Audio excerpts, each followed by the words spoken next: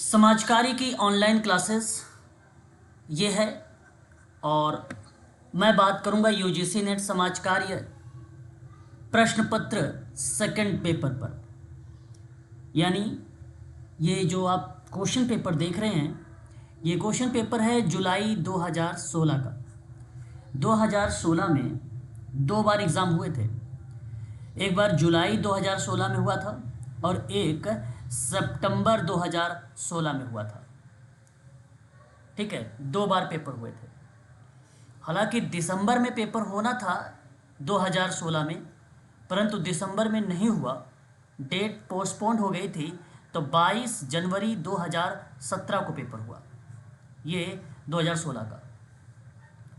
अब मैं आपको बताना चाहूँगा यहाँ पे कि ये आज पहला पार्ट है, पार्ट फर्स्ट है, समाजकारी का प्रश्न पत्र है। यदि आप मेडिकल सोशल वर्क की तैयारी कर रहे हैं या आप यूजीसी नेट का समाजकारी में तैयारी कर रहे हैं, तो उन सभी लोगों के लिए ये प्रश्न बहुत ही इम्पोर्टेंट होंगे और बहुत ही ध्यानपूर्वक आप लोगों को प्रश्न पढ़ना है, उसके बाद जवाब देना है। ठीक है, पहले आपको प्रश्न पढ़ने हैं, उसके बाद आपको जवाब देने हैं। तो पहला सवाल आपकी स्क्रीन पर कि वह समूह जो सामाजिक समूह कार्य में है, पहला कहता है व्यवस्थित रूप से गठित है, दूसरा कहता है उसके विशिष्ट उद्देश्य होते हैं, तीसरा कहता है कि व्यक्ति पर जोर देता है, चौथा कहता है स्वाभाविक रूप से अस्तित्व में आता है। तो बताओ यहाँ पे सही विकल्प क्या होना चाहिए? ऑप्शन का चुनाव करो। 1 2 3 4 विकल्प दिए गए हैं, सही विकल्प क्या होना चाहिए? Please. Sir D option. D option कह रहे हो, यानी ये 4 वाला विकल्प, ये गलत है। ठीक है, यहाँ अगर मैं आपसे बात करता हूँ तो यहाँ पे सारे के सारे, ठीक है, ध्यान देना आप लोग। ठीक है, अगर मैं आपसे बात करूँ यहाँ पर कि जैसे कि अगर ऑप्शन नंबर आपने डी का चुनाव किया है तो ये गलत जवाब दिया है आपने। ठीक है, वह समूह सामाजिक समूह कार्य में होता है। एक तो व्यवस्थित रूप से गठित होता है, दूसरा विशिष्ट उद्देश्य होते हैं, तीसरा व्यक्ति पर जोर देता है। अच्छा, व्यक्ति पर जोर देने की बात अगर मैं करता हूँ तो HB ट्रेकर ने कहा है। ठीक है, ग्रुप वर्क में, इसलिए उसने सेवा समूह के सदस्यों को सेवार्थी के नाम से या व्यक्ति के नाम से संबोधित किया है। तो ये वाला विकल्प रहेगा। स्वाभाविक रूप से अस्तित्व में आता है, तो ये गलत जवाब होगा। ठीक है, तो ABC यहाँ पे करेक्ट जवाब होगा। ये मैं बात कर रहा हूँ जुलाई 2016 के आधार पे कि वहाँ आयोग ने ऑप्शन नंबर 3 का ही चुनाव किया था। ठीक है, ये बात ध्यान रखिएगा। लेकिन आज के ट्रेंड में, या मैं इस पे आलोचना करके इस प्रश्न की बात करता हूँ, ठीक है, 2025 में, तो आपको बता दूँ मेरे हिसाब से ऑप्शन होना चाहिए A और B, केवल और केवल ऑप्शन सेकंड होना चाहिए। समझते चलिए दोनों बातों को, मैं दोनों चीज़ें से तरीके से आपको समझाने के प्रयास करूँगा। जैसे पहला कहता है व्यवस्थित रूप से गठित होता है, ये बात सत्य है। ठीक है, उसके विशिष्ट उद्देश्य होते हैं, या आपने उद्देश्य में भी पढ़ा, ये भी बात सत्य है। स्वाभाविक रूप से अस्तित्व में आता है, ये गलत है, स्वाभाविक रूप से नहीं आता है। व्यक्ति पर बल देता है, HB ट्रेकर ने कहा, ये भी बात सत्य है। लेकिन यहाँ प्रश्न में HB ट्रेकर का नाम नहीं लिखा हुआ है, इसलिए मैंने C को एलिमिनेट कर दिया। ठीक है, अब दिसंबर 2025 में आपके एग्ज़ाम होने वाले हैं। यदि ऐसे प्रश्न बने तो आप जवाब क्या दें? मेरे हिसाब से आप ऑप्शन सेकंड का चुनाव करें। ये सार्वभौमिकता के आधार पर सत्य होगा। तर्क वितर्क के माध्यम से अगर आप क्लेम भी करोगे तब भी आप ऑप्शन सेकंड वाले को करेक्ट कर दोगे। ठीक है, तर्क वितर्क के माध्यम से, क्योंकि व्यक्ति पर जोर दे रहा है, तो व्यक्ति पर जोर देने का मतलब है ये बात HB ट्रेकर ने कही है। अगर उनके अकॉर्डिंग कहा जाता तो बात सत्य थी, किसी के अनुसार नहीं था यहाँ पे। और क्योंकि ये व्यक्ति पर बल देने का मतलब है सीधा सीधा केस वर्क, सीधा सीधा केस वर्क। बात समझ में आ रही कि नहीं बताओ? पहला सवाल समझ में आया कि नहीं आया? सवाल अच्छा था, जी सर। है ना? तो इस तरीके से चीज़ों को समझ कर ही आप लोगों को जवाब देना है। चलिए अगले सवाल की तरफ रुख करते हैं हम लोग। Question number second. ठीक है, सामुदायिक संगठन में संचेतना एक उपागम है। ठीक है, और इस प्रश्न का विकल्प क्या होना चाहिए? बताएं। क्या होना चाहिए? आप लोग भी अपना जवाब देते रहें।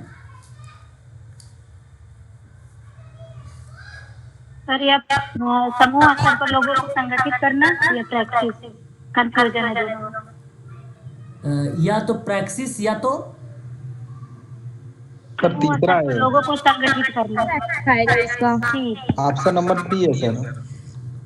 बिल्कुल। यहाँ अगर हम बात करते हैं तो देखो, इस प्रश्न के आधार पे, क्वेश्चन नंबर सेकंड के आधार पे मैं बता रहा हूँ कि समूह स्तर पर लोगों को संगठित करना, ये ऑप्शन आपका सही रहेगा, विकल्प नंबर तीसरा सही रहेगा। एक बच्चे ने यहाँ पे जवाब दिया प्रैक्सिस के बारे में, ठीक है। ये देखो, सामुदायिक संगठन में जो संचेतना का उपागम है, ठीक है, नोट कर लीजिएगा, इसका संबंध और इसका विचार अगर किसी विद्वान से मिलता है तो उसका नाम है पाउले फ्रेरे, ठीक है, ये बात ध्यान रखिएगा। और ये उपागम समुदाय के लोगों में ना सामाजिक, आर्थिक और राजनीतिक चेतना बेसिकली उत्पन्न करने पर केंद्रित है ना। तो चिंतन और क्रिया का जो है संयोजन कहलाता है। चिंतन मतलब रिफ्लेक्शन कह लीजिए, और क्रिया मतलब एक्शन कह लीजिए, उन दोनों का संयोजन है प्रॉक्सिस शब्द, ठीक है। बट यहाँ इस प्रश्न का जवाब मैडम ऑप्शन नंबर तीसरा होगा कि सामुदायिक संगठन में संचेतना उपागम बेसिकली समूह स्तर पर लोगों को संगठित करता है। ऑप्शन नंबर थर्ड यहाँ पर करेक्ट जवाब होगा, ठीक है। क्वेश्चन नंबर देखिए तीसरा, निम्नलिखित में से कौन परामर्श के बारे में सही नहीं है? अब ध्यान से सुनना है कि परामर्श, देखो बहुत इंपॉर्टेंट शब्द है मेडिकल सोशल वर्क के स्टूडेंट के लिए। ये काउंसलिंग के बारे में लिखा हुआ है, कौन सा बेसिकली सही नहीं है ये आपको बताना है। प्लीज जवाब। Option A, first option. अच्छा, पहले ऑप्शन की तरफ आप लोग का झुकाव है, option number first, okay. Third side से सर तीसरा भी क्या? ओके, मैं आपको बता दूं, परामर्श में किसी व्यक्ति की समस्या का प्रदान किया जाता है, बल्कि केवल मार्गदर्शन दिया जाता है। क्यों नहीं भाई? यहाँ पे देखो गलत लिख दिया है कि परामर्श में किसी व्यक्ति की समस्या का समाधान नहीं किया जाता कह रहा है, तो ये गलत लिखा हुआ है। और ये पूछा था कि कौन सा गलत है, समस्या का समाधान किया जाता है, तीसरे का ना पहला सही है, ठीक है। दूसरा, परामर्श एक प्रक्रिया, ये सही बात है। परामर्श लक्ष्य और व्यक्ति की वर्तमान समस्या के समाधान और उसे समर्थ बनाना है ताकि वो भावी कार्य के लिए बेसिकली तैयार हो सके, यानी ये भी बात सत्य है, ठीक है। परामर्शदाता और परामर्शार्थी, यानी आप क्लाइंट कह लीजिए, सेवार्थी कह लीजिए, उसकी पसंद और योजना समायोजन संबंधी तथ्यों की व्याख्या करने में मदद करना, यानी ये भी बात सही है। सवाल तो ये पूछा गया कि कौन सा सही नहीं है, तो आपका पहला सही विकल्प होगा यहाँ पर, ओके सर, ठीक है। हाँ, तो ये चीज़ आप ध्यान रखिएगा, पहला गलत है। परामर्श में केवल मार्गदर्शन दिया जाता है, ये कह रहा है, ठीक है, और ये गलत स्टेटमेंट लिखा हुआ है, बल्कि व्यक्ति को समस्या के समाधान की क्षमता विकसित करने में भी उसकी मदद करता है, ठीक है। केवल सलाह देना ही नहीं होता है, ठीक है, समस्या का समाधान भी करना होता है वहाँ पे। सही जवाब है पहला यहाँ पर। अगला सवाल देखिए कि अपने गणितीय माध्य में एक्स के सभी मूल्यों के विचलनों का योग क्या कहलाता है? ये सवाल बहुत अच्छा है, जवाब भी दे सकते हो मुझे आप प्लीज। शून्य। शून्य सर। शून्य कह रहे हैं, चलिए ठीक है। और भी कोई बच्चा है जो क्वेश्चन नंबर 4 का जवाब देना उचित समझेंगे? सर न्यूनतम। न्यूनतम की बात भी कह रहे हैं, चलिए मैं आपको बताता हूँ, मेरी बात को ध्यान से सुनिए। अपने गणितीय माध्य में एक्स बार है, ये एक्स बार को अर्थमेटिक मीन कहा जाता है या एवरेज के नाम से भी हम लोग जानते हैं। यहाँ पे बार नहीं लिखा हुआ, बट यहाँ पे बार भी होता है।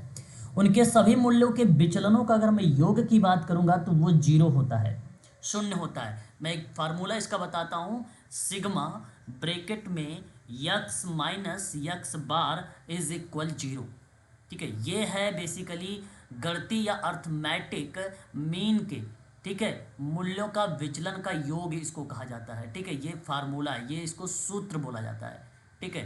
और यहाँ पर बेसिकली ये शून्य है यानी 0 है।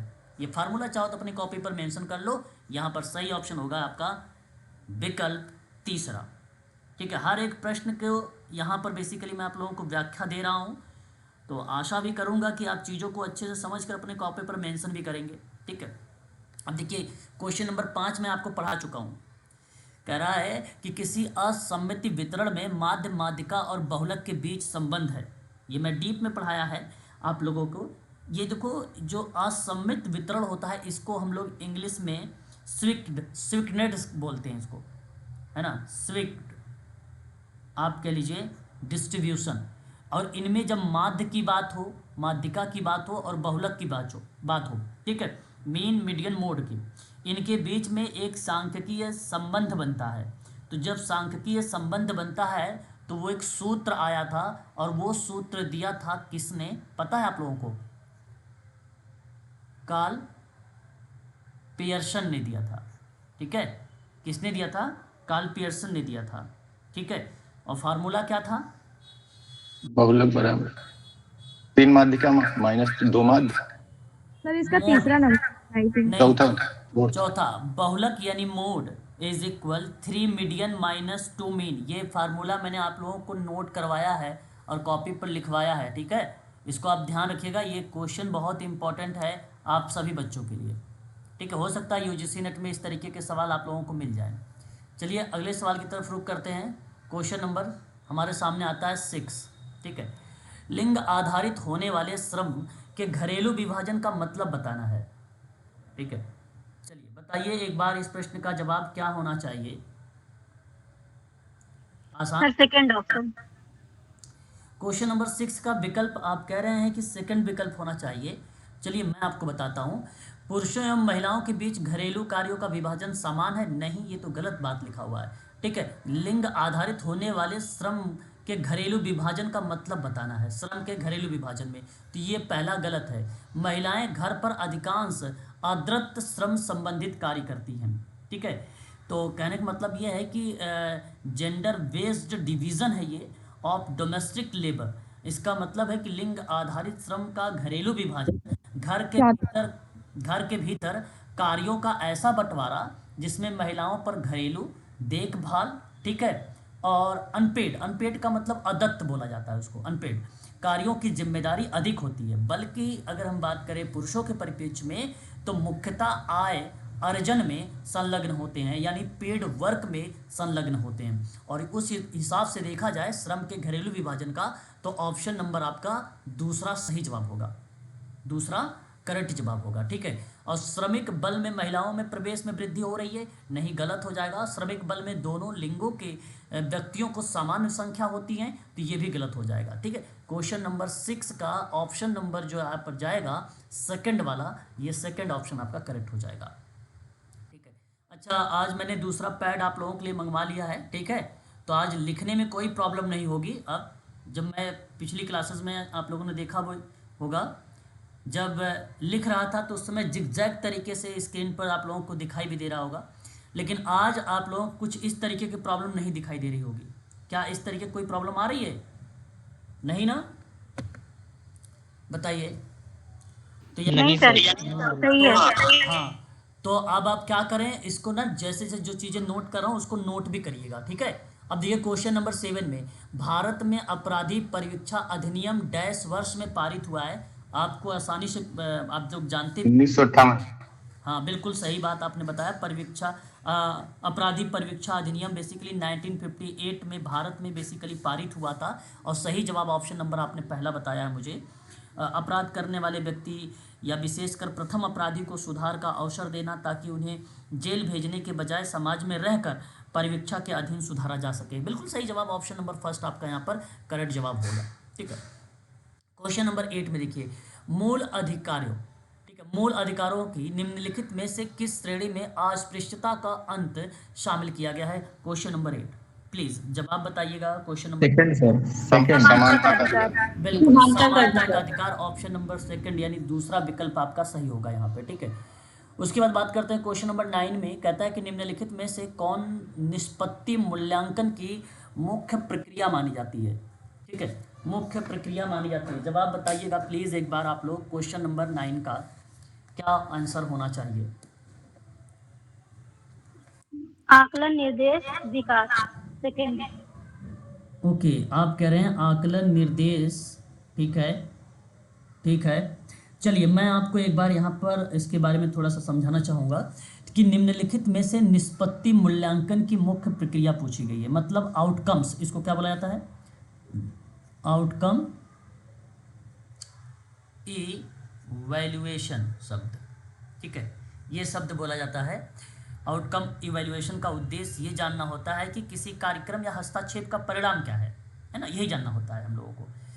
अब देखो इसमें बेसिकली क्या शब्द दिए गए हैं कि इस मुख्य प्रक्रिया में सबसे पहले याद रखिएगा आप लोग, पहचान होता है, ठीक है, मापन होता है, प्रबंधन होता है, ठीक है, ये करेक्ट जवाब है। मूल्यांकन एक ऐसी विधि है जिसके द्वारा किसी कर्मचारी के कार्य का निष्पादन को मूल्यांकित करना होता है, ठीक है, मूल्यांकित करना होता है। तो पहचान, मापन, प्रबंधन, सही विकल्प यहाँ पर ऑप्शन नंबर अगर हम बात करेंगे पहला ऑप्शन करेक्ट होगा, ठीक है, ऑप्शन नंबर फर्स्ट यहाँ पे सही माना जाएगा। इस बात को ध्यान रखिएगा क्वेश्चन नंबर 9 का, ठीक है। बात करते हैं क्वेश्चन नंबर 10 में। देखिए किसी संगठन में एक प्रकार के कार्यों का समूह भी कहा जाता है, यानी डैश भी कहा जाता है, तो क्या नाम देंगे क्वेश्चन नंबर 10 में? क्वेश्चन नंबर 10 का क्या विकल्प का चुनाव करना उचित समझेंगे, प्लीज बताएं। सर कार्य डिजाइन, कार्य डिजाइन। डिजाइन कह रहे हैं। देखिए यहाँ बेसिकली सही जवाब होगा वर्गीकरण, कार्यों का वर्गीकरण। कार्य का मतलब जानते हो क्या था? जॉब। यहाँ पर बेसिकली लिया गया है कार्य के अर्थ में जॉब का मतलब, ठीक है। मेरा कहने का अर्थ है जॉब क्लासिफिकेशन। किसी संगठन में ना जब समान प्रकार के कार्य, मतलब समान प्रकार के, तो थर्ड नंबर होगा। सुनिए तो सही, क्वेश्चन नंबर 10 के बारे में सुनिए, थर्ड नंबर नहीं होगा। कहा कि किसी संगठन में एक प्रकार के कार्य, एक प्रकार के कार्य का मतलब क्या हुआ? एक प्रकार का जॉब, समान प्रकार के कार्य हुए, सिमिलर जॉब हुआ, तो उनके स्वभाव और उत्तरदायित्व और योग्यता के आधार पे समूह में विभाजित किया जाता है, तो उसे कार्य वर्गीकरण कहा जाता है। समूह में विभाजित कर रहे हो ना, तो उसे कार्य वर्गीकरण कहोगे, मतलब जॉब क्लासिफिकेशन कहोगे। एक प्रकार के कार्यों का समूहन कार्य वर्गीकरण कहलाता है। और जो कार्य डिज़ाइन बता रहे थे उसका मतलब सुन लीजिए, जॉब डिज़ाइन कार्य को कुशलता से संपन्न करने की संरचना तैयार करना होता है। डिज़ाइन का मतलब संरचना ही होता है। जॉब की कुशलता से संपन्न कार्य करने की जो संरचना होती है उसको तैयार करना होता है, और तैयार नहीं लिखा हुआ है यहाँ पे, एक प्रकार के कार्यों का समूहन लिखा हुआ है, ठीक है। अब सुनिए, जो बच्चे कह रहे हैं कार्य मूल्यांकन होगा, कार्य का सापेक्ष महत्व या मूल्य निर्धारित करना होता है मूल्यांकन। कार्यों के अंतर्गत मूल्य निर्धारित करना कहलाता है जॉब इवैल्यूएशन। और अभी तक तो बेसिकली किसी बच्चे ने जवाब तो नहीं दिया कार्य वर्णन, लेकिन इसके बारे में सुन लीजिए कि कार्य की प्रकृति, उसके नेचर, कर्तव्य और जिम्मेदारियों का विवरण जब दर्शाया जाता है तो उसे हम लोग बोलते हैं जॉब डिस्क्रिप्शन, यानी कार्य का एक्सप्लेनेशंस या कार्य का वर्णन कह सकते हो आप लोग यहाँ पे। सही विकल्प क्वेश्चन नंबर 10 का ऑप्शन नंबर ए होगा। ये बात ध्यान रखिएगा, गलती मत करिएगा, वरना दिक्कत कर देगा ऐसे सवाल आपके परीक्षा में, 2 अंक आपको कम कर देंगे। अच्छे से समझाया है चारों विकल्प के बारे में, चीज़ें समझ कर कॉपी पर मेंशन भी करते रहें आप लोग। क्वेश्चन नंबर नेक्स्ट देखिए, 11 नंबर का सवाल। किशोर अपराध उप संस्कृति सिद्धांत पहली बार डैश द्वारा बताया गया था, ठीक है। अच्छा सवाल है, बता दोगे? नाम फेमस है इस पर्सन का, अल्बर्ट कोहेन से। किशोर अपराध में उप संस्कृति का जो सिद्धांत है पहली बार किसके द्वारा बताया गया? उप संस्कृति का सिद्धांत मार्टिन द्वारा। Sir Marton. ओके, यहाँ अगर आपने जवाब दिया है मर्टन का नाम तो सही जवाब है, ठीक है। यहाँ पर सेकंड रॉबर्ट मर्टन अमेरिका के समाजशास्त्री थे। किशोर अपराध उप संस्कृति सिद्धांत पहली बार मर्टन द्वारा ही बताया गया है, ये बात सही है। अब एक बच्चे ने अल्बर्ट कोहन का नाम भी बताया है, मैं बताता हूँ। अल्बर्ट कोहन महोदय ने भी हालांकि सब कल्चर थ्योरी के बारे में बताया है, ये बात सत्य है, और उनकी एक किताब भी आई थी डिलिक्विंट बॉय करके, the culture of the gang. उस किताब में उन्होंने उप संस्कृति के सिद्धांत को प्रस्तुत किया था, परंतु एक छोटा सा अंतर मिला उनमें। उनमें उन्होंने जिक्र किया था निम्न वर्ग के किशोर के बारे में। सवाल में निम्न वर्ग नहीं लिखा हुआ है। अगर निम्न वर्ग लिखा होता मैडम तो अल्बर्ट कोहन का नाम आप सही दे रहे थे। सवाल में तो उप संस्कृति के सिद्धांत को दर्शाया गया है, इसलिए आर.के. मर्टन का नाम सही होगा। ये बात ध्यान रखिएगा, दोनों बातें आप लोगों को ध्यान में रख के चलना है, ठीक है। Option number second is the right answer. बात करते हैं क्वेश्चन नंबर 12 को लेकर, यानी 12th नंबर का सवाल। किसी कामना अथवा इच्छा, कामना इच्छा मतलब मीनिंग एक ही निकालेगा, ठीक है, कंफ्यूज मत होना। फिर कहता है कि इसकी अभिव्यक्ति के प्रकटन से अवरुद्ध किया जाने वाला क्या कहलाता है। यह है सवाल, बताइए बताइए। सर पश्चगमन। सर पहला सर अस्वीकृति। चलिए अलग अलग जवाब आए हैं क्वेश्चन नंबर 12 के। मैं आप लोगों को बता रहा हूं, मेरी बात को ध्यान से सुनिएगा। 12 में प्रेक्षण कामना अथवा इच्छा की अभिव्यक्ति को प्रकटन से अवरुद्ध किया जाना निग्रह कहलाता है। क्या कहलाता है? निग्रह कहलाता है। अब म्यूट हो जाइए। निग्रह का मतलब होता है रिप्रेशन, ठीक है। जब किसी व्यक्ति की कामना, इच्छा या भावना को ना चेतन रूप से व्यक्त नहीं किया जाता है, अर्थात उसे अवचेतन मन में दबा दिया जाता है, तो जाहिर सी बात है जब अवचेतन मन में कोई चीज़ दबा देते हैं तो वह निग्रह का पैटर्न बनता है, रिप्रेशन का शब्द बनता है। और यही डिफेंस मैकेनिज्म शब्द है। और ये शब्द जानते हो किसने दिया था? पता होना चाहिए आपको। क्या नाम था? Sigmund Freud. Sigmund Freud, very good, Sigmund Freud ने दिया था, ठीक है। मैं एक उदाहरण से समझाऊंगा निग्रह को, आप अच्छे समझ पाओगे। यदि कोई व्यक्ति किसी के प्रति क्रोध महसूस करता है, यदि कोई व्यक्ति किसी के प्रति क्रोध महसूस करता है परंतु सामाजिक रूप से व्यक्त नहीं करता, वो उसके प्रति क्रोध है बट वो सामाजिक रूप से व्यक्त नहीं कर रहा है, तो उसे भीतर ही दबा देता है। उसे क्या कर रहा है? वो व्यक्ति भीतर ही दबा दे रहा है। तो इसका मतलब है कि उसका अर्थ बनेगा निग्रह। उसको हम लोग क्या बोलेंगे? निग्रह बोलेंगे। ये बात आपको ध्यान रखना है। अच्छा, एक बच्चे ने जवाब दिया था पश्चगमन शब्द। मैं बता दूं इसके बारे में भी थोड़ा सा कि पश्चगमन क्या होता है। यहाँ पर ध्यान देना एक एक शब्दों को लेकर। पश्चगमन की बात अगर हम करते हैं तो ये रिग्रेशन शब्द है। यहाँ वो रिप्रेशन था, ये जो है रिग्रेशन शब्द है। पश्चगमन का मतलब होता है कि जब व्यक्ति किसी तनावपूर्ण या कठिन परिस्थिति में अपने पूर्व या अपने बचपन के व्यवहार की ओर लौट जाता है।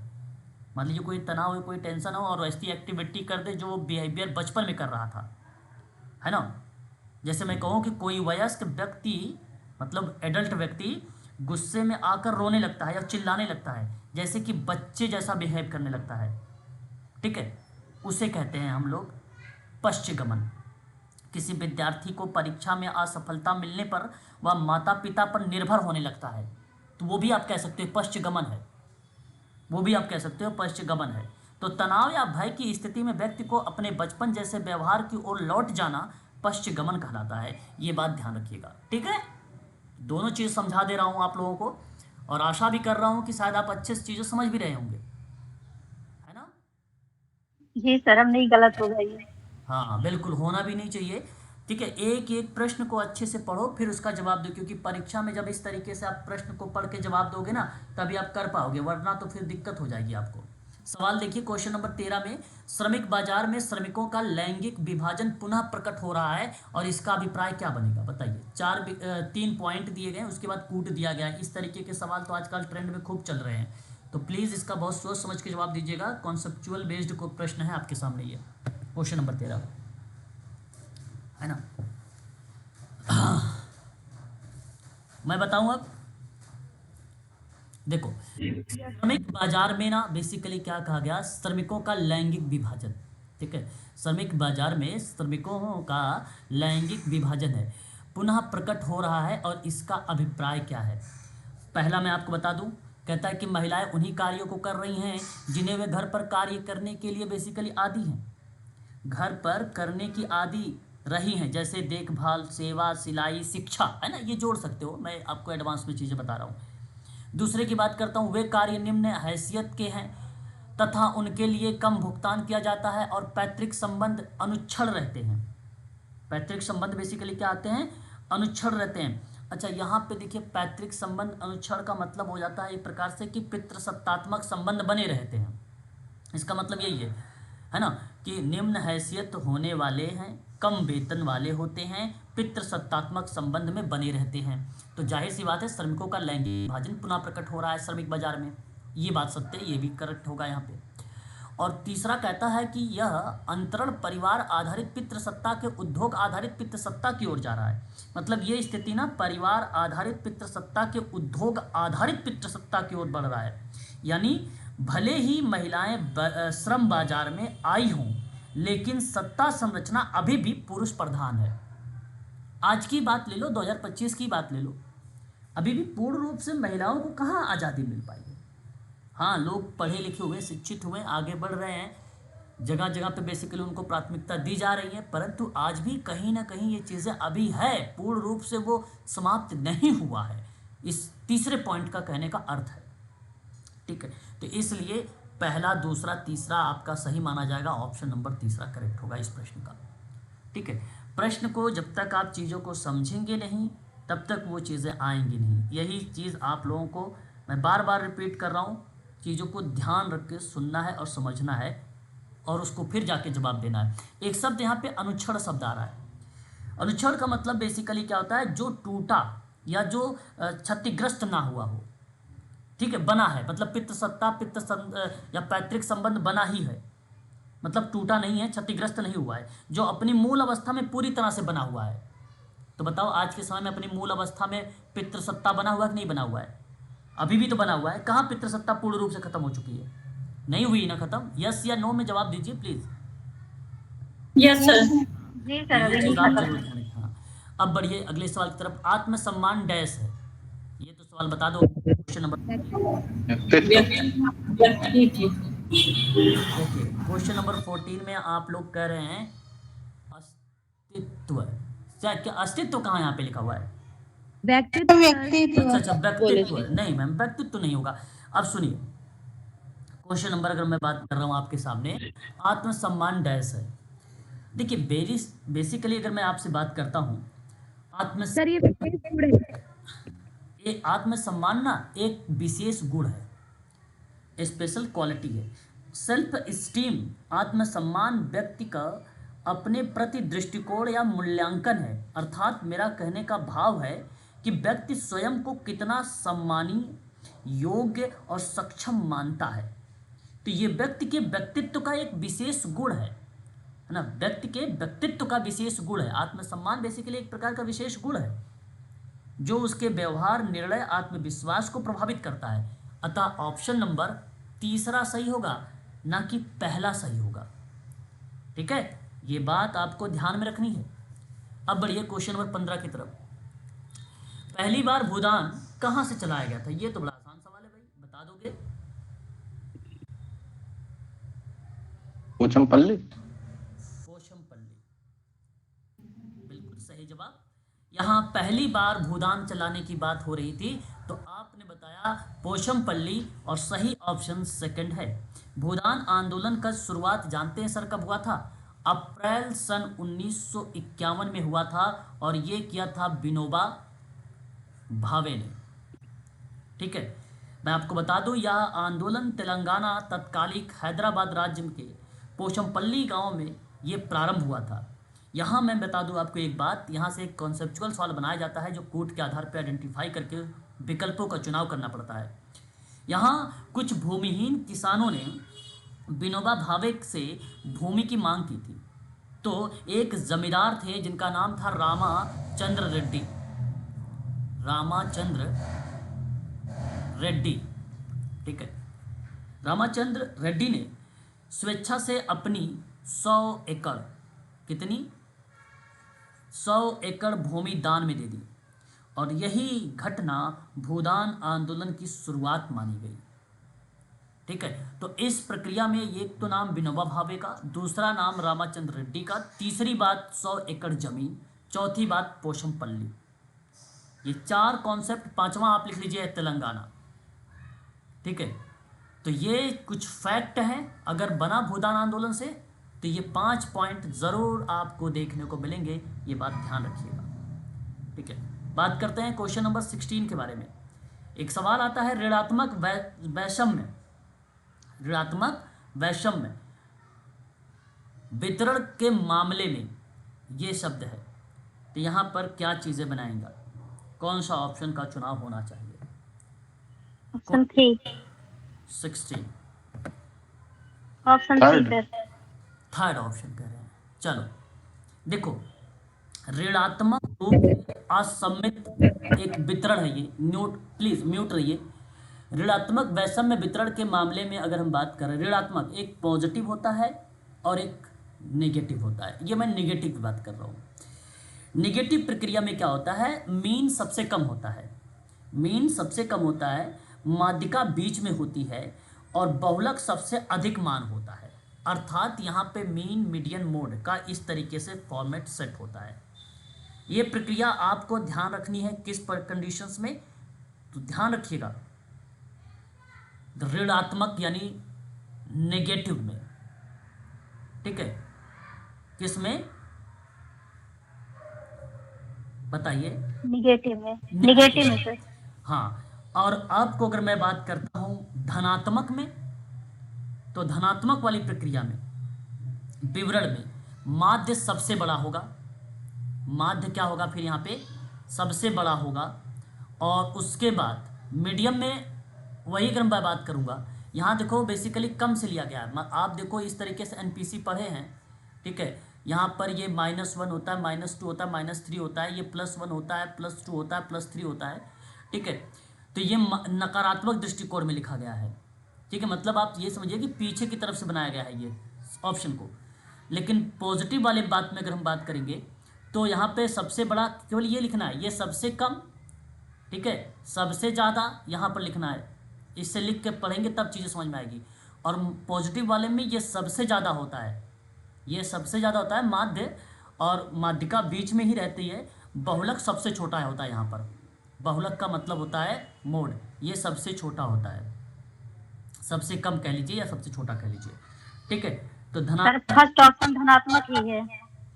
हाँ बिल्कुल बिल्कुल सही जवाब। यहाँ पर आपने जो ऑप्शन नंबर फर्स्ट का चुनाव किया है मैडम, ये धनात्मक है। बिल्कुल सही, बिल्कुल सही है ना। तो फर्स्ट वाला आपका धनात्मक हो जाएगा ऑप्शन में। ठीक है, तो सबसे ज़्यादा माध्य यहाँ पर बन रहा है। तो ये चीज़ें आपको ध्यान रखना है। यहाँ पे जो ये सिंबल है इसको हम ग्रेटर देन कहते हैं, इस सिंबल को हम ग्रेटर लेस देन कहते हैं। ठीक है, लेस देन के नाम से रिप्रेजेंट करते हैं। तो दोनों चीज़ें आप समझ के चलना है। ठीक है, बात करते हैं अगले सवाल की तरफ।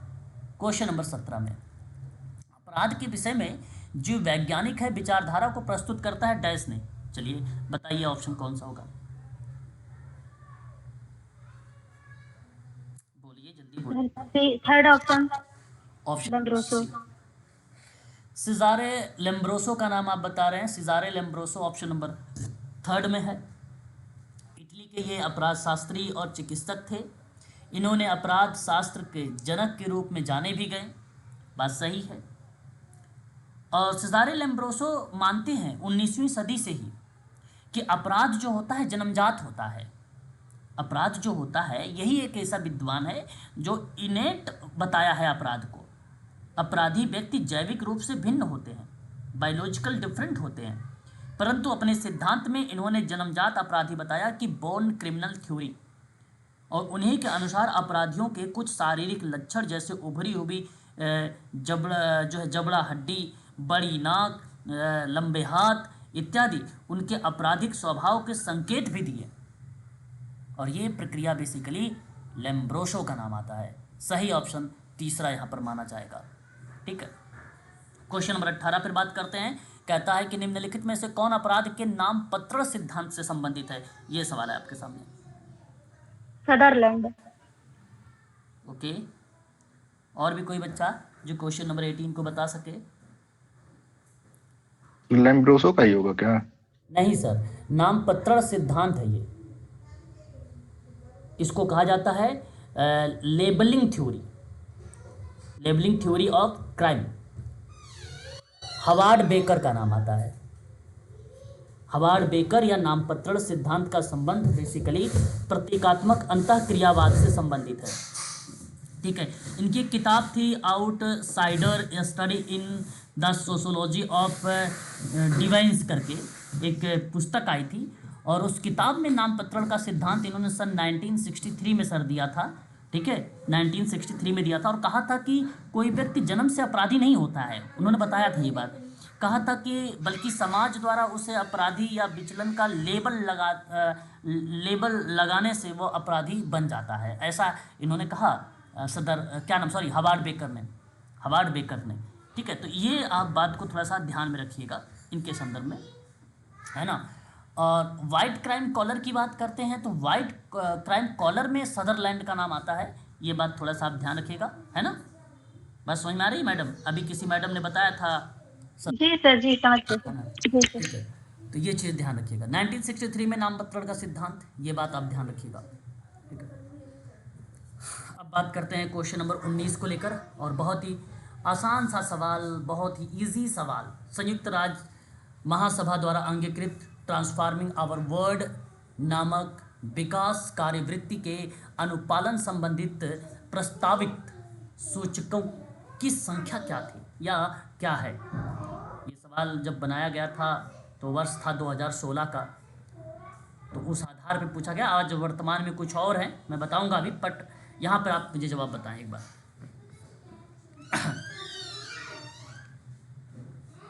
क्वेश्चन नंबर 19, विकल्प का जवाब नहीं आ रहा है आप लोगों का भी। सर ए नहीं, ऑप्शन नंबर 4, संयुक्त राष्ट्र महासभा के द्वारा अंगीकृत ट्रांसफॉर्मिंग आवर वर्ल्ड नामक विकास कार्यवृत्ति का अनुपालन संबंधित प्रस्तावित सूचकांकों की जो संख्या थी वो थी 309। ठीक है, संयुक्त राष्ट्र महासभा के द्वारा 2015 में, ठीक है, अंगीकृत एक ट्रांसफॉर्मिंग आवर वर्ल्ड एक थ्योरी, एक कॉन्सेप्ट रखा गया था, एजेंडा रखा गया था 2030 तक। और आप जानते भी हो SDG के बारे में, सस्टेनेबल डेवलपमेंट गोल 2015 से लेकर 2030 तक चलाया गया है। सतत विकास के अंतर्गत अगर मैं बात करता हूं तो कुल टोटल 17 गोल्स रखे गए हैं, 169 बेसिकली टारगेट्स रखे गए हैं, निर्धारित किए गए हैं कुछ लक्ष्यों को लेकर जो बेसिकली वैश्विक सूचक हैं। वैश्विक सूचक का मतलब होता है ग्लोबल इंडिकेटर्स। क्या बोला जाता है इसको? ग्लोबल इंडिकेटर्स निर्धारित किए गए हैं। तो इस आधार पे आप ऑप्शन नंबर 4 का चुनाव करेंगे। ठीक है, तो ये बात आप लोगों को ध्यान रखना है। और इससे पहले आप जानते हैं 2000 से लेकर 2015 के बीच में मिलेनियम डेवलपमेंट गोल थे, जिसमें 7 लक्ष्य रखे गए थे, जिसमें बेसिकली 7 लक्ष्य बनाए गए थे। इंडिकेटर्स के रूप में 28 रखे गए थे। ठीक है, तो ये शब्द आप जरूर ध्यान में रखेंगे। सर MDG जिसको सर बोलते अभी हैं, करंट का बता दीजिए सर। यही आपका है 309, करंट में 309। अब बेसिकली कुछ किताबों में 400 कुछ समथिंग आता है, बट किताबों को लेकर ना चलें, क्वेश्चन पेपर में जब भी आता है तो ये 309 का ही लेकर आता है ना। 400 कुछ है समथिंग में, बट अगर आता है किताब में आपके पेपर में तो 309 ही लगाइएगा। ठीक है, मैंने एक दृष्टि का पढ़ा था नोट्स, तो उसमें 400 समथिंग कुछ लिखा हुआ था, है ना। ICS का SSC का एग्ज़ाम हुआ था तो उसमें सवाल आया था 309 का। ठीक है, विकल्प में 309 आया था। ठीक है, चलिए आगे बात करता है। प्रभावी समय प्रबंधन है, क्वेश्चन नंबर 20 की बात करता हूँ, प्रभावी समय प्रबंधन की बात। ठीक है, सही ऑप्शन का चुनाव करना है, प्रभावी समय प्रबंधन। इफेक्टिव टाइम मैनेजमेंट का मीनिंग क्या होता है? उपलब्ध समय का सर्वोत्तम उपयोग करते हुए कार्यों को कुशलता पूर्वक पूरा करना, है कि नहीं? तो इनमें बताइए क्या क्या चीजें शामिल हो सकती हैं। Question number 20, second option. Second option कह रहे हैं, ओके।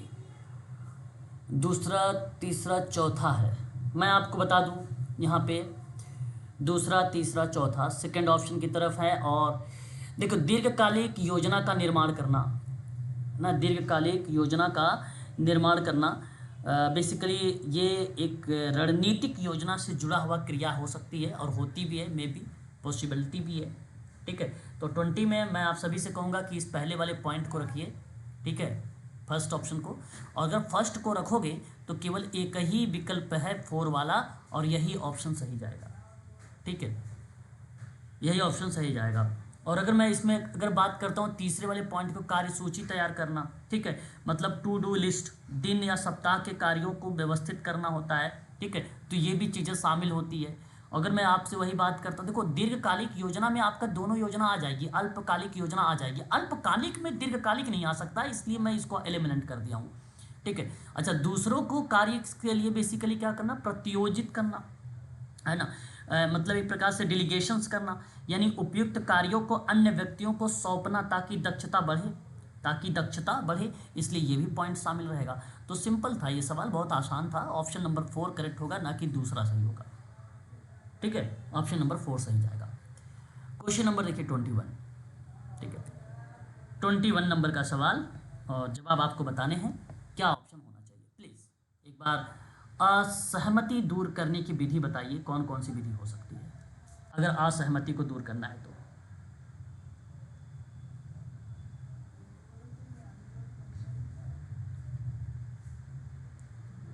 Sir first option. चौथा नंबर। ओके, चलिए मैं बताता हूँ। असहमति को दूर मतलब कॉन्फ्लिक्ट होता है, असहमति का मतलब होता है संघर्ष को दूर करने के लिए। ठीक है, अब इस परिस्थिति में अगर मैं आपसे बात करता हूँ, इसके मेथड को दूर करने के लिए कुछ पॉइंट्स होते हैं, कुछ चीज़ें बेसिकली दी गई होती हैं। जैसे एक बात मैं बताता हूँ आपको, परिहार शब्द के बारे में। ठीक है, यहाँ पर देखिए एक परिहार शब्द लिखा हुआ है ना। परिहार का मतलब होता है अवॉइडेंस, मतलब उसको इग्नोर, यानी अस्थायी रूप से विवाद से दूरी बनाना ताकि तनाव कम हो सके और समाधान के लिए वातावरण भी तैयार हो सके। ठीक है, तैयार हो सके। तो इस परिस्थिति में अगर मैं बात करता हूं तो परिहार बेसिकली यहाँ शब्द नहीं होगा, यहाँ इसको आप एलिमिनेट कर सकते हो परिहार को। एक होता है हमारे सामने अवपीड़न। असहमति बेसिकली क्या करता है, ये दबा देता है, और अस्थाई समाधान ढूंढने का प्रयास करता है अवपीड़न। ठीक है, इसको बेसिकली सप्रेशंस के नाम से जाना जाता है इंग्लिश में।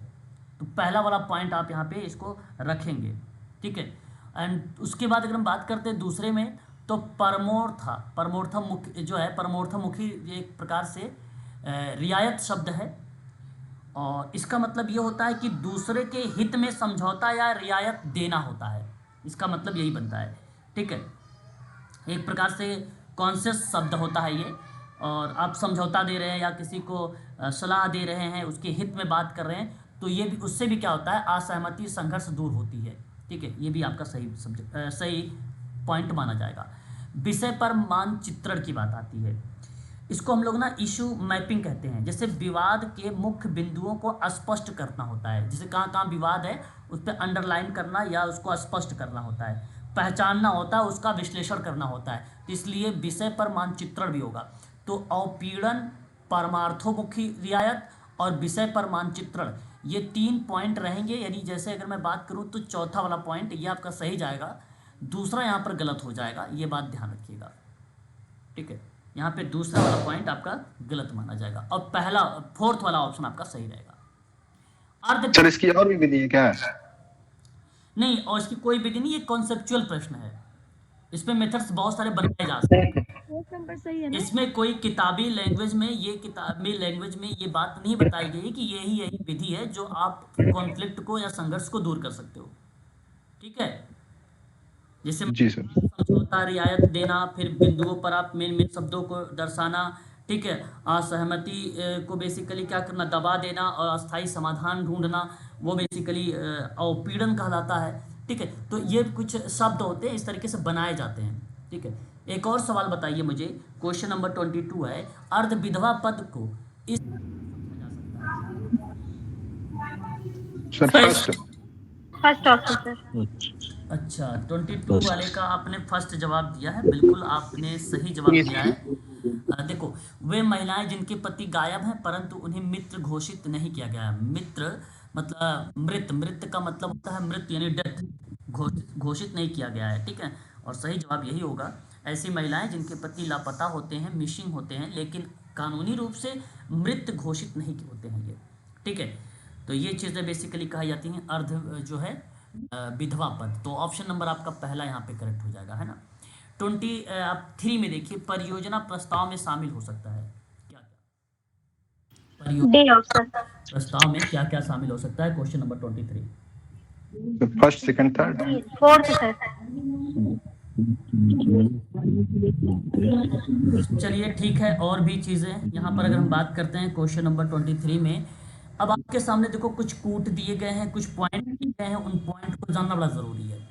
परियोजना प्रस्ताव में क्या क्या हम लोग शामिल कर सकते हैं, देखो क्या कह रहे हैं, संगठन के समक्ष चुनौती है ना, संगठन के समक्ष चुनौतियां हैं, परियोजना के उद्देश्य हो सकता है, ये बात तो सही है भाई, परियोजना प्रस्ताव में शामिल, ठीक है, एक तो ये सही हो सकता है। उसके बाद भी होगा, प्रोजेक्ट अगर आप बना रहे हो तो बजट भी होगा, यानी आपका दूसरा तीसरा तो सही है, ठीक है। ये शब्द ध्यान रखिएगा, बजट। शब्द है लाइबिलिटी, लाइबिलिटी को हम लोग क्या बोलते हैं, लाइबिलिटी को हम लोग देयता कहते हैं, मतलब सामान्यतः वित्तीय वितरण का लेखा रिपोर्ट का भाग होता है, ये परियोजना प्रस्ताव नहीं है, इसे आप हटा सकते हो।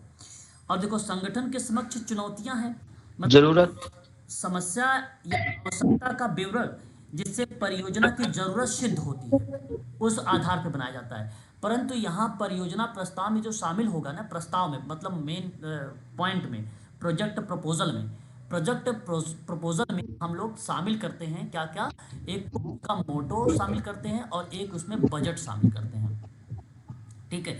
तो मैं आपसे कहूंगा कि दूसरा और तीसरा केवल आप चुनिएगा, पहले वाले को हटा दीजिए, चुनौतियां नहीं, चुनौतियां तो हम बाद में देखेंगे ना, प्रस्ताव में देखिए, हम निष्कर्ष में देखेंगे क्या क्या प्रॉब्लम्स आई, तब जाके हम फिर वहाँ पे देखिए, कोई बच्चा भाई अगर आप पढ़ाई कर रहे हैं तो आप सही से पढ़े, किसी अन्य लोगों से बातचीत ना करें, ठीक है, म्यूट हो जाएं प्लीज। ये भाई कौन है,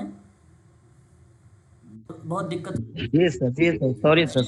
चलिए क्वेश्चन नंबर 24 देखिए, किशोर न्याय अधिनियम 2016 के अनुसार विशेष गृह क्या हो सकता है, ये सवाल है। Children's in conflict with law की बात हो रही है। अच्छा, ये तो वही सिंपल सी बात है, ऑप्शन नंबर आपको मैंने बोल ही दिया इंग्लिश में, थर्ड वाले ऑप्शन का, कानून के विरुद्ध। हाँ, कानून के कानून के विरुद्ध। विरुद्ध। और बेसिकली किशोर न्याय बालकों की देखरेख और संरक्षण अधिनियम है, ये 2015 और 16 का जुवेनाइल जस्टिस एक्ट है। विशेष गृह का मतलब होता है स्पेशल होम, मतलब ये वो स्थान होता है जहां ऐसे किशोरों को रखा जाता है जो कानून के विरुद्ध अपराध करने के दोषी पाए गए हों, है ना। यहाँ बेसिकली क्या होता है, उन्हें सज़ा नहीं मिलती है बल्कि उन्हें सुधारात्मक सेवाएं दी जाती हैं। जैसे में सुधारात्मक सेवाएं जानते हैं सर, क्या हो सकता है, एजुकेशन हो सकता है, काउंसलिंग हो सकती है, व्यावसायिक प्रशिक्षण हो सकता है, ठीक है। ये इसके अलावा मैं आपको ना दो शब्द और बताऊंगा। एक शब्द यहाँ पर अगर मैं बात करता हूँ, आपने सुना होगा ऑब्जर्वेशनल होम, ऑब्जर्वेशनल होम आप लिखते रहिएगा, ये भी परीक्षा में आता है। ऑब्जर्वेशनल होम का मतलब होता है न्यायिक प्रक्रिया के दौरान रखे जाने वाले बच्चे ऑब्जर्वेशनल होम में रखते हैं, जो न्यायिक प्रक्रिया में रहेंगे, मतलब प्रोसेस चल रहा है जस्टिस के रूप में, उसको ऑब्जर्वेशनल होम कहा जाता है। मतलब उनके अपराध पे बेसिकली भी पूर्ण रूप से अपराधी नहीं हो गए हैं, उस पर प्रक्रिया चल रही है, न्यायिक प्रक्रिया। एक होता है चिल्ड्रंस होम, ठीक है। चिल्ड्रंस होम की बात अगर हम करते हैं तो बेसिकली देखरेख और संरक्षण की आवश्यकता वाले बच्चे होते हैं, और मैं यूनिट नंबर 10 पढ़ाया हूँ। अगर यूनिट नंबर 10 की पूरी वीडियो और पीडीएफ आपने देखा है तो ये सवाल के संदर्भ में जितने पॉइंट हैं, जितने भी ऑप्शंस लिखे गए हैं, ये सारे के सारे आप समझ जाओगे, ठीक है। यूनिट नंबर 10 करवा चुका हूँ, अभी तक आप जानते भी हो, यूनिट नंबर 10 कंप्लीट है। यूनिट 1 2 3 4 5 6 इतना यूनिट आपका कवर हो चुका है। 6 का लास्ट पॉइंट चल रहा है, कल क्लास में आपको मैं समाप्त कर दूंगा 6, उसके बाद 7 8 और 9, ये 3 यूनिट बचेंगे आपके, ठीक है ना। इसके बाद चलिए आगे बात करते हैं एक और सवाल की तरफ। अगला सवाल हमारे सामने आएगा, ये देखिए मेटा संचार, वेरी वेरी मोस्ट इंपॉर्टेंट, पहले पेपर में मतलब फर्स्ट पेपर में भी ये सवाल आ सकता है। प्लीज जवाब बताइए, मेटा संचार। Para language, para language. Para language question number 25 का, क्या बात सही है? जी सर, संसार के बारे में, संसार। चलिए मैं बताता हूँ। देखिए मेटा संचार, यहाँ अगर हम बात करते हैं क्वेश्चन नंबर 25 में, तो सही विकल्प की प्रक्रिया में ये अवाचिक संकेत होगा, ऑप्शन नंबर बी। ठीक है, पैरा लैंग्वेज नहीं होगा। अभी आपको सुनना है बात को पहले ध्यान से। देखिए मैं अगर आपसे बात करता हूँ तो एक है हमारे सामने वर्बल बिहेवियर आता है, एक हमारे सामने आता है नॉन वर्बल बिहेवियर आता है। ये बेसिकली कुछ पार्ट हैं, है ना। अब मेटा कम्युनिकेशन का मतलब है संचार के बारे में संचार। मेटा कम्युनिकेशन का मतलब ये होता है संचार के बारे में संचार, अर्थात जब हम ये व्यक्त करते हैं कि हम क्या कहना चाहते हैं और कैसे कहना चाहते हैं, तो वह मेटा संचार होता है। हम क्या कहना चाहते हैं और कैसे कहना चाहते हैं, ये बात दर्शाता है मेटा कम्युनिकेशन। अब जो वर्बल बिहेवियर होता है सर, वर्बल बिहेवियर ये बोले गए शब्दों के द्वारा संदेश होते हैं, उसको वर्बल बोलेंगे, बोले गए शब्दों के द्वारा संदेश होता है वो। और अवाचिक का मतलब होता है non verbal cues. Non verbal cues का मतलब होता है एक प्रकार से संकेत, जैसे हाव भाव। मेटा संचार क्या कहता है? हाव भाव। यहाँ पे लिख देता हूँ, हाव भाव, चेहरे के भाव, चेहरे का भाव। आवाज की टोन, आवाज की टोन, बोलने का तरीका, शरीर की भाषा, शरीर के बाद हम फिजिकल मूवमेंट, शरीर की भाषा, ये कुछ संकेत बता रहा हूँ। ठीक है, ये दर्शाता है नॉन वर्बल क्यूज। अतः आप सभी बच्चे से कहूँगा कि मेटा कम्युनिकेशंस आपका जो कहलाता है वह अवाचिक संकेत होता है, वो संकेत होता है। वो क्या होता है? संकेत होता है। ठीक है, ये बात ध्यान रखिएगा। परंतु एक बच्चे ने कहा पैरा लैंग्वेज शब्द भी, ठीक है, पैरा लैंग्वेज शब्द को भी दर्शाया था। इसका मतलब सुनिए, बोली जाने वाली भाषा के साथ जुड़े हुए ध्वनि संबंधित गुण या संकेत जो भावना, जोर या अर्थ को व्यक्त करे। मेरा कहने का मतलब पिच, जैसे आवाज़ ऊंची या नीची करके बोले। ठीक है, बोलने की गति यानी स्पीड, आवाज़ का स्तर वैल्यूम, ठीक है, ठहराव या जोर देकर बोलना, है ना। कोई कहे ठीक है, यदि शांत स्वर में बोले तो सहमति, यदि ऊंचे स्वर में बोले तो नाराजगी कह सकते हो या व्यंग कह सकते हो।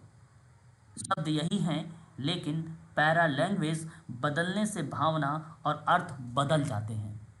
ठीक है, तो पैरा लैंग्वेज बेसिकली वाचिक और अवाचिक पक्ष के संदर्भ में तो आते हैं, मेटा कम्युनिकेशन के संबंध में तो आते हैं, परंतु ध्वनि और बोलने का तरीका यहाँ पर बदल जाता है। बस इतनी सी बात रहना। तो यहाँ दोनों का मिश्रण कह लीजिए, तो इन दोनों का मिश्रण पैरा लैंग्वेज का पैटर्न बनेगा, परंतु ऑप्शन नंबर बी होगा इस सवाल का जवाब। ठीक है, अगले सवाल की तरफ चलिए। क्वेश्चन नंबर 26, जब सहक्रिया होती है और उसका विकास होता है तब क्या होता है? Question number 26, sir 4। Option number 4। देखिए यहाँ अगर हम बात करते हैं क्वेश्चन नंबर 26 में, जब सहक्रिया होती है और उसका विकास होता है तब कंडीशन दल के सदस्य अपने कार्य भावपूर्वक ढंग से शुरू करते हैं। ऑप्शन नंबर बी होता है। कैसे, ये भी सुन लीजिए। देखिए जब किसी दल का मतलब क्या होता है? ग्रुप। दल का मतलब क्या होता है भाई? ग्रुप। ठीक है, ग्रुप में सहक्रिया का मतलब क्या होता है? इंटरेक्शन होता है, इंटरेक्शन होता है। और विकास का मतलब डेवलपमेंट होता है, मतलब एक दूसरे के साथ संवाद बढ़ाते हैं, समूह भावना विकसित करते हैं और वे अपने कार्यों को भावनात्मक जुड़ाव और सहयोग की भावना से करने लगते हैं। तो मैं बता दूं आपको, ग्रुप फॉर्मेशन की आपने प्रक्रिया पढ़ी होगी, फॉर क्या नाम, परफॉर्मिंग स्टेज। ये परफॉर्मिंग स्टेज का एक लक्षण है कि दल सदस्य के अपने कार्य भावपूर्ण ढंग से शुरू करते हैं तो ग्रुप करते हैं, और सही प्रक्रिया ऑप्शन नंबर सेकंड होगा यहाँ पर, ना कि ऑप्शन नंबर 4 होगा। ठीक है, ऑप्शन 4 आपका यहाँ पे गलत होगा। क्वेश्चन नंबर 27, ऐसे कौन से तत्व हैं जो ये निर्मित करते हैं कि एक व्यक्ति अथवा एक क्रिया असामान्य है? 4 ऑप्शन, फिर उसके बाद कूट है। जवाब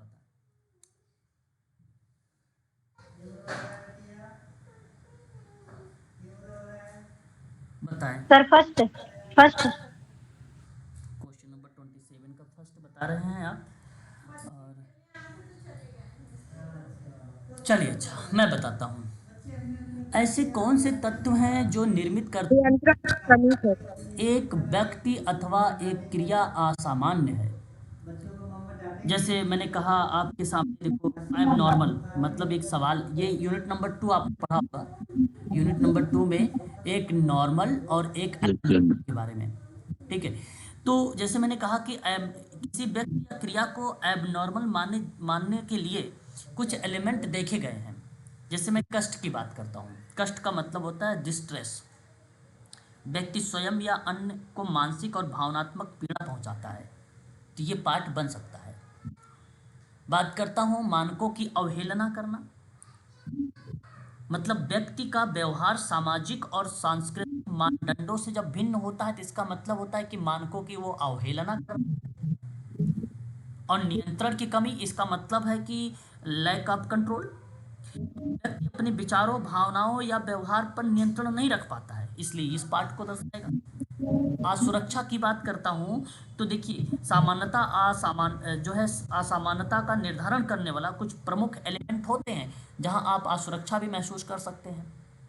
तो यहाँ पे सभी करेक्ट होंगे, और ऑप्शन नंबर किसी बच्चे ने बताया था फर्स्ट, तो पहला वाला ही विकल्प यहाँ पे सही होगा। सवाल बहुत आसान था कि वो कौन से एलिमेंट है जो ये निर्मित करते हैं कि एक व्यक्ति अथवा एक क्रिया असामान्य है, तो सारे शब्द तो असामान्य है। कष्ट असामान्य है, अवहेलना असामान्य है, नियंत्रण में कमी असामान्य है, असुरक्षा भी असामान्य है। ठीक है, तो यहाँ पे सारे के सारे पॉइंट सही माने जाएंगे, पहला विकल्प सही होगा। क्वेश्चन नंबर 27 का ए विकल्प सही होगा। विशेष गुण के विकारों को जाना जाता है क्वेश्चन नंबर 28 में, बताएं। व्यक्तित्व विकार। ओके, सर पहला सर। पहला ऑप्शन व्यक्तित्व विकार के नाम से आपने संबोधित किया है। चलिए मैं आपको बताता हूँ, बात को ध्यान से समझिएगा। विशेष गुणों के विकारों को जाना जाता है, आपने सही बताया है। व्यक्तित्व विकार विभिन्न प्रकार के व्यक्तियों और व्यवहारों का एक वर्ग है। व्यक्तित्व विकार से विभिन्न प्रकार के बेसिकली व्यवहार की प्रवृत्ति को मिलती हैं, और सही जवाब ऑप्शन नंबर आपका यही माना जाएगा, है ना। तो यहाँ पर आप ध्यान रखिएगा, पैरानाइड व्यक्तित्व विकार होता है, ठीक है, बॉर्डरलाइन व्यक्तित्व विकार होता है। ये गुण वो होते हैं जो सोचने, महसूस करने, व्यवहार करने के पैटर्न को प्रभावित करते हैं। ऐसे लोग ना अक्सर समाज के साथ अनुकूलन रूप से समायोजित नहीं हो पाते हैं, इसलिए इसको व्यक्तित्व विकार कहा गया है। ठीक है, तो ऑप्शन नंबर आपका यहाँ पर पहला वाला ही करेक्ट होगा। चलिए क्वेश्चन नंबर बात करते हैं एक और 29 में। 29 हमारे सामने कहता है कि विभिन्न मदों की लेकर बात हो रही है। 29 में विभिन्न मदों की सापेक्ष तीव्रता निर्धारित करने हेतु किस अनुमाप का उपयोग किया जाता है, यह है सवाल। 4 विकल्प हैं, मैं पढ़ा चुका हूं, ये यूनिट नंबर 2 का ये क्वेश्चन है। 29 का ऑप्शन बी लिंकर्ट होना चाहिए। क्या होना चाहिए? लिंकर्ट मापनी होना चाहिए। बिल्कुल सही जवाब। दृष्टिकोण या राय मापने के लिए 1 से लेकर 5 तक की सहमति मैंने आपको पहले ही बता रखा है। ठीक है, तो ऑप्शन नंबर आपका यहाँ पे दूसरा करेक्ट होगा। बोगार्ड का मापनी जो है वो सामाजिक दूरी का मापन है, ये आपने पढ़ा भी है, मैंने आपको बताया भी है, सामाजिक दूरी का मापन है इनका। थर्स्टन एक स्केल है, बेसिकली क्या है, समान प्रकट अंतराल का अनुपात है, मतलब अनुमाप है। ठीक, एक प्रकार से स्केल है। तो जहाँ बेसिकली राजनीति जातीयता, सामाजिक दृष्टिकोण ना, जब किसी विषय पर तीव्रता और महत्व का मूल्यांकन होता तब होता है वो थर्स्ट मापनी। ठीक है। एक गुटमैन है जहाँ क्रमबद्ध और राय व्यक्त किया जाता है, क्रमबद्ध राय व्यक्त किया जाता है, उसको गुटमैन कहा जाता है। ठीक है। तो ऑप्शन नंबर आपका बी करेक्ट हो जाएगा क्वेश्चन नंबर 29 का। क्वेश्चन नंबर 30 देखिए, सामाजिक समूह कार्य के अभ्यास में कार्यक्रम आयोजन के लिए कौन जिम्मेदार होता है? ये क्वेश्चन नंबर 30 है।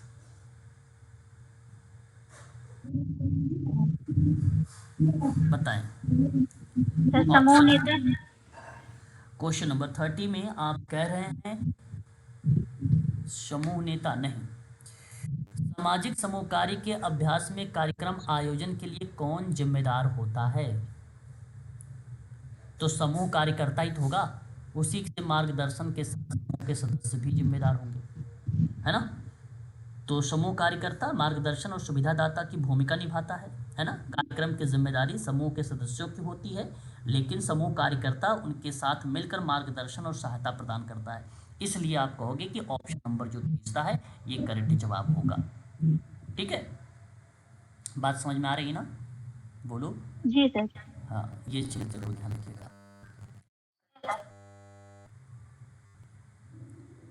एक मिनट आगे, एक और सवाल देखिए यहाँ पे क्वेश्चन नंबर 31। सामुदायिक संगठन और सामुदायिक विकास के बीच में क्या संबंध है? ये क्वेश्चन नंबर 31 संबंध पूछा गया है। देखिए, सामुदायिक विकास एक क्षेत्र है जिसमें सामुदायिक संगठन का अभ्यास व्यावसायिक रूप से प्रशिक्षित सामुदायिक संगठनकर्ता के द्वारा किया जाता है ना। एक बेसिक अंतर पूछा गया या उन दोनों के बीच में एक संबंध पूछा गया है इस सवाल के आधार पे, है ना, इस सवाल के आधार पे। तो मैं आपके बच्चों से कहूँगा कि ऑप्शन नंबर जो 4 लिखा हुआ है यहाँ पर डी वाला विकल्प 31 का, ये आपका करेक्ट माना जाएगा। ठीक है। सामुदायिक विकास समाज कार्य का एक प्रमुख क्षेत्र है, फील्ड ऑफ सोशल वर्क है, जहाँ सामुदायिक संगठन एक विधि का व्यावसायिक सामुदायिक कार्यकर्ता के द्वारा प्रयोग में लाया जाता है। ठीक है। तो समाज कार्य की मुख्य विधियों में से एक विधि है सामुदायिक संगठन, है कि नहीं, जहाँ बेसिकली समुदाय की समस्या की पहचान, संसाधनों का कोऑर्डिनेशन करना और साझा एक्शन को प्रोत्साहन देना, ये सारी चीज़ें आती हैं। इसलिए ऑप्शन नंबर आपका यहाँ पे 4 सही है। ठीक है, बाकी सारे ऑप्शन यहाँ पे गलत हैं। ठीक है। क्वेश्चन नंबर 32 देखिए, निम्नलिखित में से कौन सा निपुणता है जिसकी आवश्यकता सामाजिक समूह कार्य के अभ्यास में सामाजिक समूह कार्यकर्ता के लिए नहीं होती है? ये सवाल है। 32 नहीं होती है, क्या नहीं होगा बताओ? हाँ, भागीदारी में नहीं पड़ता। अच्छा, भागीदारी में निपुणता नहीं होती है। ओके, और मूल्यांकन में निपुणता 4 भी आ रहा है ऑप्शन, और 3rd भी ऑप्शन आ रहा है आप लोगों का जवाब। मैं बताता हूँ, यहाँ पे ध्यान सुनिएगा कि निपुणता जिसकी आवश्यकता सामाजिक समूह कार्य के अभ्यास में, प्रैक्टिस में, किस अभ्यास में, ठीक है, ये मेन पॉइंट है, प्रैक्टिस में, सामाजिक समूह कार्यकर्ता के लिए नहीं है। तो बताइए अभ्यास में कहाँ से जरूरत पड़ेगी भागीदार लोगों को जोड़ने की? तो प्रैक्टिस कर रहे हैं, है ना। तो कहने का अर्थ यहाँ पर ये है कि समूह भावना के साथ कार्य करने की निपुणता तो होती है पहले पॉइंट में, ठीक है, कार्यक्रम विकास करने की भी निपुणता होती है, और मूल्यांकन का मतलब होता है सर कि समूह की प्रगति और परिणामों का मूल्यांकन करना। लेकिन भागीदारी की निपुणता समूह कार्यकर्ता की एक सदस्यी विशेषता है। क्या है? सदस्यी, मतलब मेंबरशिप वाली, ठीक है, सदस्यी एक प्रकार की ये विशेषता है, ना कि कार्यकर्ता की व्यावसायिक निपुणता है। ठीक है ना। कार्यकर्ता भागीदारी को प्रोत्साहन करता है, पर स्वयं भागीदार में निपुण होना उसके लिए एक मुख्य तकनीकी कौशल नहीं माना जाएगा। इसलिए ऑप्शन तीसरा होगा। ठीक है, याद रखेंगे यहाँ पे तीसरा विकल्प होगा। क्वेश्चन नंबर 33, सामाजिक क्रिया का प्रत्यक्ष शारीरिक क्रिया प्रतिमान डैश का प्रारूप है? ये तो बहुत आसान सवाल है, आप बता भी दोगे। 33 का सही ऑप्शन पहला होगा, सामाजिक क्रिया का संभ्रांत व्यक्ति स्वरूप होता है। सही ऑप्शन आपका यही माना है ना। अगर हम बात करेंगे तो विकल्प नंबर फर्स्ट का करेक्ट जवाब होगा। सोशल एक्शन के अंतर्गत आप लोगों ने मॉडल्स पढ़े हैं, ठीक है, विट्रो का मॉडल पढ़े हैं आपने, सामाजिक क्रिया का लोकप्रिय मॉडल अभिजात मॉडल पढ़े हैं आप। तो सामाजिक क्रिया का संभ्रांत व्यक्ति जो स्वरूप है वो प्रत्यक्ष शारीरिक क्रिया का प्रतिमान है, ये बात ध्यान रखिएगा इस वाले पॉइंट को, ठीक है। तो विट्रो के द्वारा ये चीज़, अब ये देखो चेतना संचेतना में पाउलो फ्रेरे का नाम आएगा, विट्रो का नाम बेसिकली लोकप्रिय और विधायी प्रक्रिया में भी आएगा, ठीक है, लेकिन सारे प्रत्यक्ष शारीरिक वाले में संभ्रांत व्यक्ति स्वरूप का पैटर्न दर्शाता है, ठीक है, याद रखिएगा यहाँ पर, ठीक है। ऑप्शन नंबर आपका जो जाता है, जैसे संभ्रांत व्यक्ति स्वरूप का मतलब भी होता है अभिजात व्यक्ति स्वरूप, इसका मतलब होता है अभिजात, है ना, अभिजात। अभिजात इग्नू की किताब में लिखा हुआ शब्द है, मैं बोल रहा हूँ आप लोगों को, ठीक है। इसमें परिवर्तन का नेतृत्व उच्च वर्ग और प्रभावशाली लोग रहते हैं, है ना, उच्च वर्ग और प्रभावशाली लोग रहते हैं, ठीक है, ये बात ध्यान रखिएगा।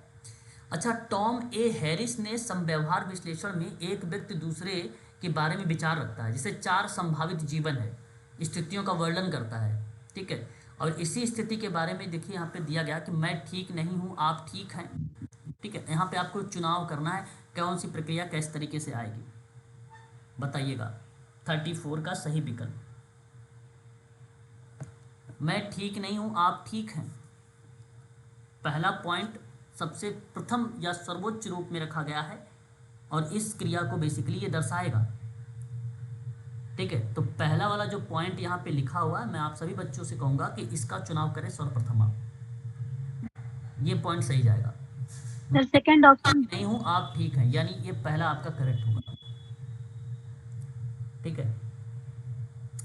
दूसरे की बात करता हूं, दूसरे प्रक्रिया में मैं ठीक नहीं हूं आप ठीक नहीं हैं, टॉमस ए हॉरिश ने 1969 में ये बात बताया था, 1969 में ये बात बताया था, I am okay you are okay प्रक्रिया को लेकर। ये ट्रांसएक्शनल एनालिसिस एक थ्योरी है, लाइफ जीवन के 4 पोजीशंस बताए गए हैं, जीवन के 4 पोजीशंस बेसिकली बताए गए हैं, ठीक है। फिर सेकंड पार्ट पर अगर मैं बात करूंगा तो मैं ठीक नहीं हूं आप ठीक नहीं है, ये आपका दूसरा पैटर्न बनेगा, ठीक है। और उसके बाद अगर मैं बात करता हूं तो आपका मैं ठीक हूं आप ठीक नहीं है, यानी ये चौथा बनेगा, और लास्ट में दूसरा आ जाएगा मैं ठीक हूं आप भी ठीक हैं।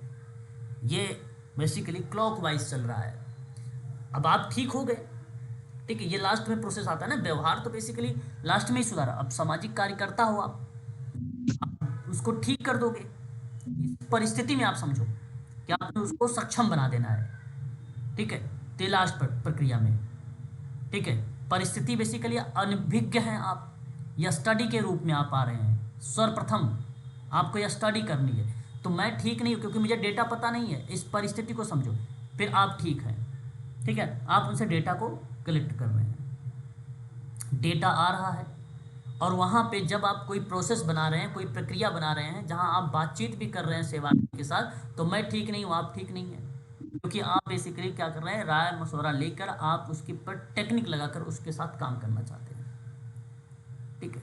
फिर उसके बाद मैं ठीक हूँ आप ठीक नहीं, यहाँ पे प्रोसेस चल रहा है, एक्शन चल रहा है, लास्ट में क्रियाएं क्या होती हैं, आपका सक्षम हो जाती है। तो एक प्रोसेस है, काम करने का तरीका है, और ये चीज़ें बेसिकली हम लोग इम्प्लीमेंट करते हैं एक व्यक्ति के मानसिक स्वास्थ्य के लिए या आत्मसम्मान के आधार पे हम उन चीज़ों को साझा करते हैं या उन चीज़ों को उसके साथ एक्टिविटी का संचालन करते हैं। ये बहुत बढ़िया थ्योरी है, और ये थ्योरी 1969 में थॉमस ए हॉरिश के द्वारा दिया गया था। ये परीक्षा में सवाल आ सकता है, बहुत फेमस सवाल है ये मेडिकल सोशल वर्क का, यूजीसी नेट में भी आया हुआ है, देख ही रहे हैं आप लोग, हो सकता है आगे आने वाले टाइम में भी आ जाए आपके सामने, ठीक है। यहाँ पे देखिए कॉम्पटन और गेल्वे ने समस्या समाधान के प्रतिमान के संपर्क फेज में चरणों को सही अनुक्रम दर्शाया है, क्या होना चाहिए? 35 बताएं। दूसरा दूसरा कह रहे हैं आप,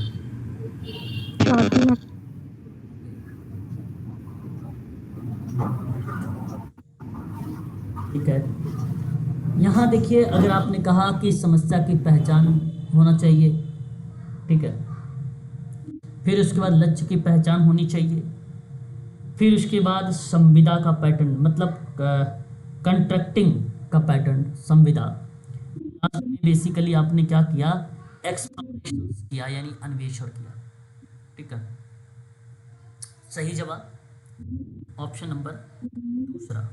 ठीक है, विकल्प आपका दूसरा करेक्ट माना जाएगा इसमें। ठीक है, क्वेश्चन नंबर 35 का option number B is the right answer.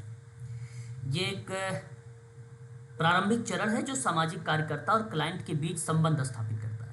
ठीक है, ये बात ध्यान रखिएगा। और ये नाम भी ध्यान रखिएगा, कॉम्पटन और गैलवे के द्वारा ये विकसित किया गया है ये प्रक्रिया, ये फेजेस।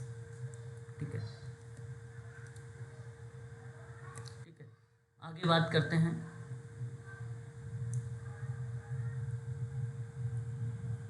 थर्टी सिक्स नंबर का सवाल, निम्नलिखित में से आयोगों को सबसे पहले स्थापित किया गया था। ठीक है, अब आयोग अगर आपको पता होगा, देखो मैंने अभी हाल ही में आपको पढ़ाया था, शायद कल या परसों की क्लास में ये नोट करवाया है आप लोगों को, है ना। तो अगर पता होगा तो आप आसानी से कर दोगे, अगर याद किए हैं तो, है ना। राष्ट्रीय सूचना का एक अधिकार है। फोर। फोर। क्वेश्चन नंबर 36 का जवाब, 36 के जवाब में आप 4 कह रहे हैं। ओके, अच्छा ये एक बात बताओ,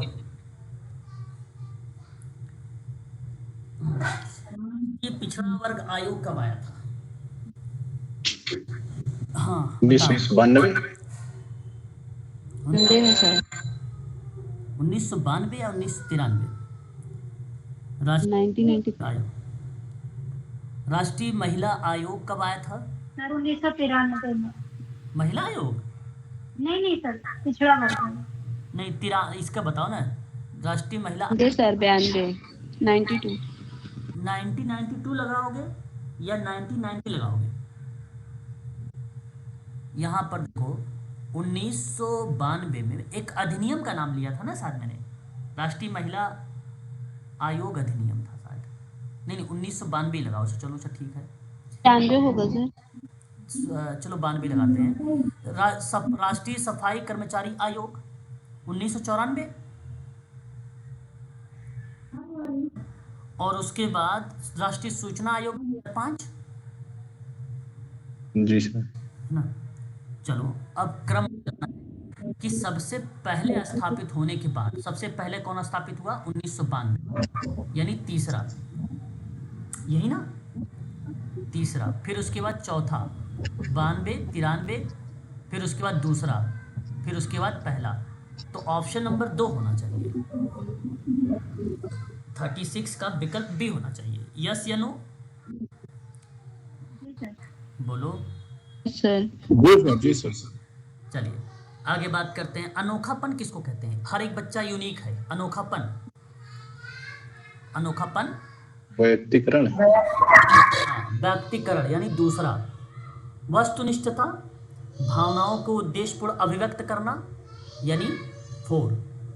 कोई पूर्वाग्रह नहीं है, यानी स्वीकार कर लिया आपने, जो जैसा है वैसे ही स्वीकार कर ले रहे हैं आप, है ना, भेदभाव नहीं, यानी 1। औचित्य यानी अनिर्णायक मनोवृत्ति को दर्शा रहे हैं। औचित्य मतलब डिसीजन लेने के लिए आप उसकी एटीट्यूड को डेवलप कर रहे हैं। औचित्य यानी तीसरा। तो 2, 4, 1, 3 कहाँ पर है? पहला।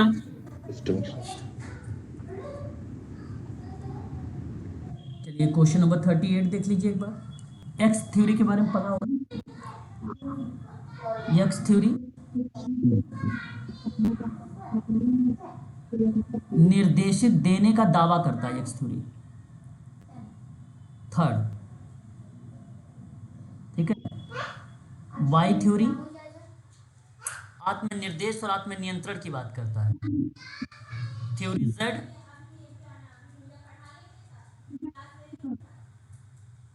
वह व्यवस्था कम औपचारिक है। द्विकारक सिद्धांत कौन सा बनेगा? द्विकारक सिद्धांत एक ही बचा है प्रेरणा दूसरा अभी प्रेरणा और स्वच्छता। स्वच्छता। हाँ 3 4 1 2 किसी ऑप्शन में है? 3 4 1 2 हाँ option number 4 sorry option number 3। ये थ्योरी मैं आपको पहले भी पढ़ा चुका हूँ है ना, आपको बताया हूँ एक्स थ्योरी के बारे में, वाई थ्योरी के बारे में, है ना। और मैं चाहूँगा कि इसे आप ध्यान रखेंगे तो बहुत बढ़िया है ना। नोट कर लीजिएगा कॉपी पर भी अपने। सर ये किस यूनिट में था? ये थ्योरी किसी यूनिट से संबंधित नहीं है सर, ठीक है।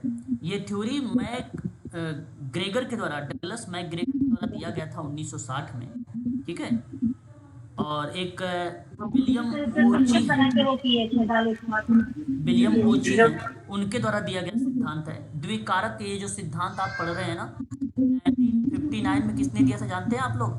हसबर्ग ने दिया था, हसबर्ग ने दिया था। मोटिवेशन पे आधारित था, इसलिए मैंने नाम यहाँ पे जोड़ दिया था दूसरे वाले का, प्रेरणा, क्योंकि इनका थ्योरी मोटिवेशन पे आधारित है। 1959 में आया था, ठीक है। और जो थ्योरी है विलियम ओची ने दिया था 1981 में, 1981 में दिया था। और ये थ्योरी जापान के अमेरिकी प्रबंधक थे, उन्होंने किया था। भरोसे पर आधारित कार्य को लेकर कर्मचारियों पर आधारित था ये कार्य।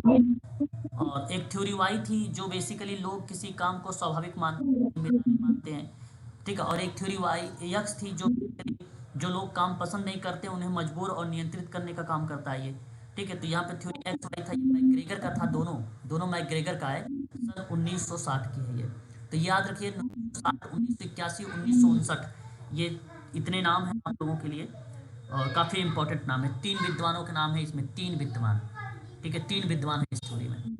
आसान सवाल है बट फैक्ट से पूरा भरा पड़ा हुआ सवाल है ये, ठीक है। चलो आज के लिए बस इतना ही रखते हैं, इसके आगे मैं कल करवा दूंगा, है ना, ठीक है। टाइम हो गया है आज के लिए बस। Thank you. बाकी हाँ, बाकी दूसरे दिन करेंगे हम लोग इस पे बातचीत।